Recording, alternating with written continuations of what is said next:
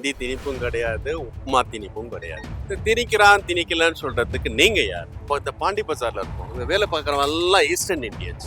அவங்களுக்குலாம் ஹிந்தி தான் தெரியும். இவனுக்கிட்ட நீங்க வேலை வாங்கினா கூட ஹிந்தி தெரிஞ்சாதான் நீங்க பணம் அவனுக்கு வேலை வாங்க முடியும். ஸோ ஹிந்தி வந்து திணிக்கிறேன்னு சொல்லலாம். அவன் வந்து நீங்க வந்து இங்க பொழைக்கிறான்றீங்க. சரி, இன்னைக்கு வந்து நம்ம டெவலப்டா இருக்கோம், வந்து பொழைக்கிறான், சந்தோஷம். அந்த லாங்குவேஜை நீங்க எப்படி எதிர்க்கலாம்? 4 லாங்குவேஜ் கத்துக்கிறது தப்பு கிடையாது. ஒரு 10 லாங்குவேஜ் தெரிஞ்சா ஒரு பெரிய விஷயம். பிடிச்சிருந்தா கத்துக்கங்க, இல்லையா வேணாம். Just ignore. ஆனால் உங்களுக்கு படிக்கணும்னு சொல்லல, படிக்காதன்னு சொல்லல. What ever it is, you just like, உங்களுக்கு என்ன பிடிச்சிருக்கோ பண்ணுங்க. ஸோ திணிக்கிறது அப்படின்னு சொல்றதுல என்ன அர்த்தம்? சரி, அவங்களுக்கு எதுக்கு லான்சர் காரும் பென்ஸ் கார்லையும் போறாங்க? அந்த அம்பாசிடர் காரை வாங்கி ஓட்ட மூடிட்டாங்க அந்த கம்பெனியை, புரியுதா? அந்த ஃபியட் கார் அதையும் மூடிட்டாங்க, இப்போ ரீ ஓப்பன் ஆயிருக்கு.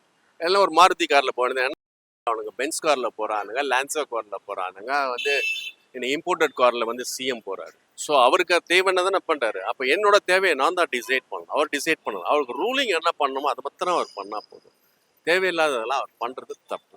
இதை போயிட்டு அவங்க ஒரு மசூதிலையோ இல்லை ஒரு சர்ச்சில் பேச வேண்டியதுன்னு. சர்ச்சில் என்ன லாங்குவேஜ் யூஸ் பண்றாங்க, மசூதியில் என்ன லாங்குவேஜ் யூஸ் பண்றாங்க, சர்ச்சில் என்ன லாங்குவேஜ் யூஸ் பண்ணாங்கன்னு உங்களுக்கு தெரியுமா? நீங்க நினைப்பீங்க இங்கிலீஷும் வெறும் தமிழும் சொல்றாங்கன்ட்டு. அவங்க வந்து ஹீப்ரூ யூஸ் பண்றாங்க, தெரியுமா உங்களுக்கு? மசூதியில வந்து உங்களுக்கு அரபியும் அண்ட் அதுவும் பேசுறாங்க.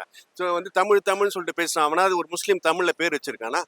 அப்புறம் எதுக்கு அவங்க தமிழை பத்தி பேசுறானுங்க? ரிலீஜியஸை பத்தி நான் அடுத்த ரிலீஜியஸை பேசினா தப்பு, ஏன் ரிலீஜியஸை நீ பேசினா தப்பு, நான் விட மாட்டேன். நீ யார் சொல்றதுக்கு? உன் முதுக முதல்ல நீ பாரு. உன் வீட்டுல எவனுக்கா ஹிந்தி தெரியாம இருக்கா? உன் ஃபேமிலியில யாரா ஹிந்தி படிக்காம இருக்காங்களா? நீ எதுக்கு ஹிந்தி ஸ்கூல்ஸ் நடத்துற, மெட்ரிகுலேஷன் ஸ்கூல்ஸ் நடத்துற? உனக்கு இன்னி வரைக்கும் ஒரு ஸ்கூல்ஸை கொண்டு வர மாட்டேங்கிற. சரி, என்கிட்ட காசு இருக்கு, நம்ம ஸ்கூல்ல படிச்சு போடுறோம், பிரைவேட்ல, it's not a problem. But government ஸ்கூல்ஸ்ல படிக்கிற பசங்க அவங்க வந்து லாங்குவேஜ் படிக்கக்கூடாதுன்னு சொல்றதுக்கு நேர் அவங்க முன்னுக்கே வரக்கூடாது. அப்போ உனக்கு 200 ரூபா பாய்ஸ் வேணும், 200 ருபீஸ் போஸ்டர் பாய்ஸ்க்காக கார்பரேஷன் ஸ்கூல்ல படிக்கணும்.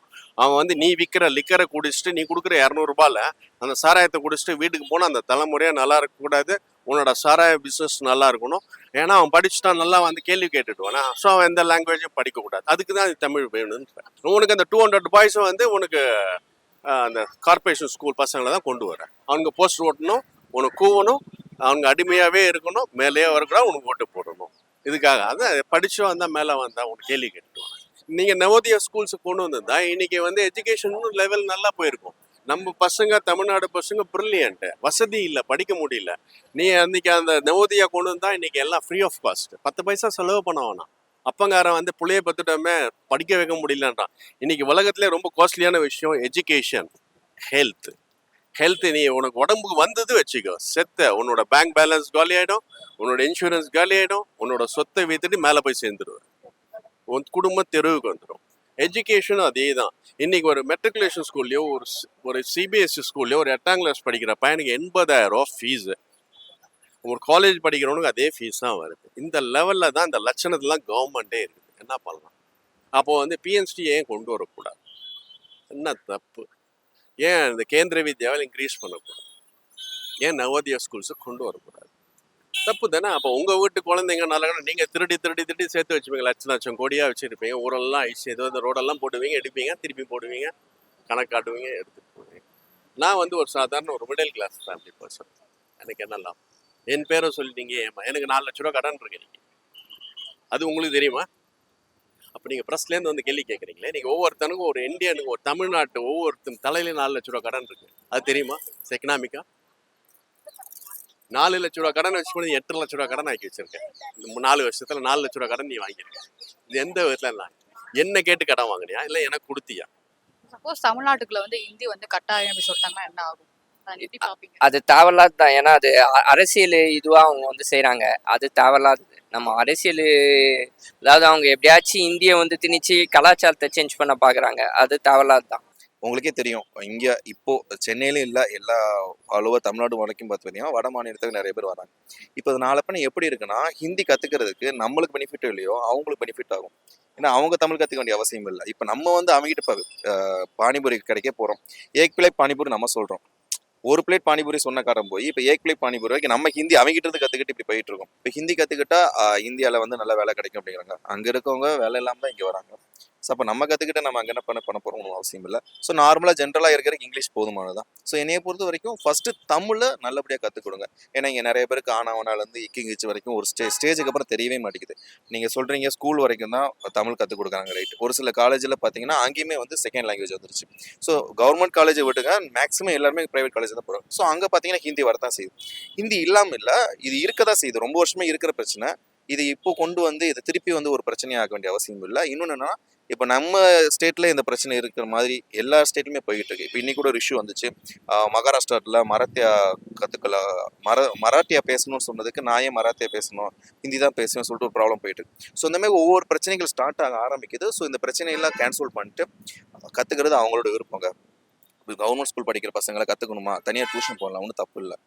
அவங்களை போட்டு கற்றுக்கணும். நீ வந்து ஒரு மாதிரி திணிக்கிறதா வந்து ஒரு மாதிரி ரொம்ப, ஏற்கனவே நாங்கள் 2 சப்ஜெக்ட் படிக்க ரொம்ப கஷ்டப்பட்டுட்டு இருக்கோம் உண்மையை சொல்ல போனால். இல்லை ஏக் தீ சாப்பான்ஸ் நீங்கள் சொல்லிட்டு இருந்தீங்கன்னா அதுக்கு மேலே எங்களுக்கு ரொம்ப கஷ்டம். ஸோ மும்மொழி கொள்கையை வந்து எப்படியே வந்து ட்ராப் டவுன் பண்ணிட்டு ஏற்கனவே இருந்தமே போச்சுன்னா நல்லா இருக்கும்னு நினைக்கிறேன். ஏன் நான் என்ன கேட்குறேன், இப்போ இங்கேயே ஹிந்தி வந்து மும்மொழி கொள்கைகளை கண்டிப்பாக சேர்க்குறீங்க. அப்போ நான் என்ன சொல்கிறேன், பஞ்சாப்ல இருக்கட்டும், ராஜஸ்தானில் இருக்கட்டும், அங்கேருந்து எல்லாருமே இங்கே வராங்க. அங்கே தமிழ் வந்து கட்டாய மொழியை அங்கே வைக்க சொல்லுங்கள். அங்கே தமிழ் மொழியை கட்டாய மொழியை வைக்கிறீங்க அப்படின்னா இங்கே நாங்கள் ஹிந்தி மொழியை கட்டாய மொழியை நாங்கள் ஏற்றுக்கிறோம். ஒருத்தவங்களோட ஒரு மொழி லாங்குவேஜ் அழிச்சிட்டு நீ ஹிந்தி மட்டும் திணிக்க வேணாம்னு சொல்கிறேன். இப்போ உங்களோட ஹிந்தி லாங்குவேஜ் இருக்கிற இடத்துல நீங்கள் ஹிந்தி மட்டும் தான் கற்றுக் கொடுக்குறீங்க. ஏன் அங்கே நீங்கள் தமிழ் லாங்குவேஜ் வந்து நீங்கள் கண்டிப்பாக கற்றுக்கணும்னு சொல்லி போடுங்க பார்ப்போம். அவங்க எப்படி சும்மா இருப்பாங்களா, இந்நேரம் போராட்டம் வெடிக்கும். ஸோ அப்போ நம்ம மட்டும் நீ இழிச்ச வாங்களா? ஸோ தேவையில்லை, அவ்வளோதான். இப்போ சமஸ்கிருதம் எடுக்கணும், சமஸ்கிருதமும் இருக்கக்கூடாது. சமஸ்கிருதம் இருந்ததுன்னா அதனால தான் பிராமின்ஸுங்க வந்து அதிகமாக பெருகிறாங்க. நம்ம யாரும் தமிழாலோ கிறிஸ்டினோ முஸ்லீமோ யாரும் சமஸ்கிருதம் பேசுறது கிடையாது. முக்கால்வாசி பிராமினும் பாருங்க, அவங்க வீட்டில் எல்லாமே சமஸ்கிருதம் இருக்கும். அதனால என்னோட கருத்து என்னன்னா, சமஸ்கிருதம் இருக்கக்கூடாது, ஹிந்தி வரக்கூடாது. ஹிந்தி வரதை நாங்கள் ஒழிக்கிறோம்.